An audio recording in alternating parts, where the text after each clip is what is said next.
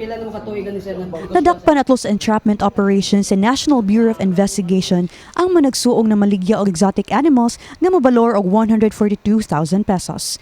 Gilusad sa NBI 7 ang operasyon ni adtong Lunes, Enero 3, human nakadawat og impormasyon nga adunay na maligya og protected wildlife animals sa dakbayan sa Cebu. Sumalat sa tinugyanan sa Department of Environment and Natural Resources, Attorney Romeo Bulutana Jr., 7 ka wildlife animals ang na-rescue sa ilang ahensya. Apya sa mga na-rescue sa DNR o NBI mao ang Palawan Hill Myna, Philippine Eagle, Burmese Python o iguana lizards. Actually, the mere act of buying ang pag-trade o ang possess is already an offense based on RA 9147.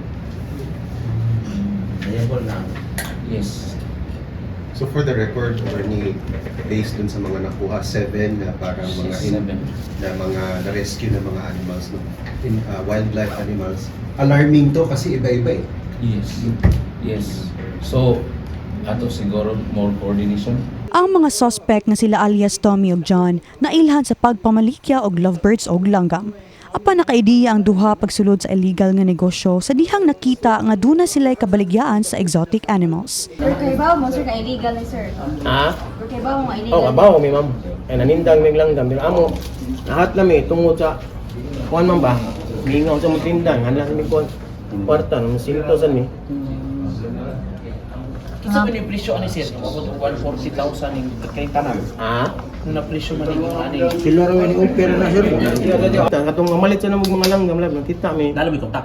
Ha? Na may kontak. Dili amo rang masuki sa namo na sila mga ingana na langgam mao na kay maka-idea sa mi na ana dito sakto na dito nam kay nangita nimo ka klaro man kana nang may nangita na og igol wa ko gud ko kadumdum ko idea asa ko kuha ako sa ina nangita igol bli mahal kay palit. Mipasali ang NBI Cebu District Office sa pagpaligon sa ilhang monitoring ilabi na sa social media tungod sagad sa mga transaksyon dito na ipahigayon. Yes, in fact, as Atty. Bulutano, as revealed na ang trading karon actively done through the medium of the internet. No? So we will be strengthening our cybercrime patrolling of this trading of endangered species. From that, we will start from there how to develop the case.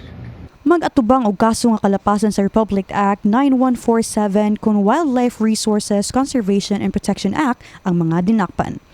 Kini si Fegarido alang sa My TV, Cebu.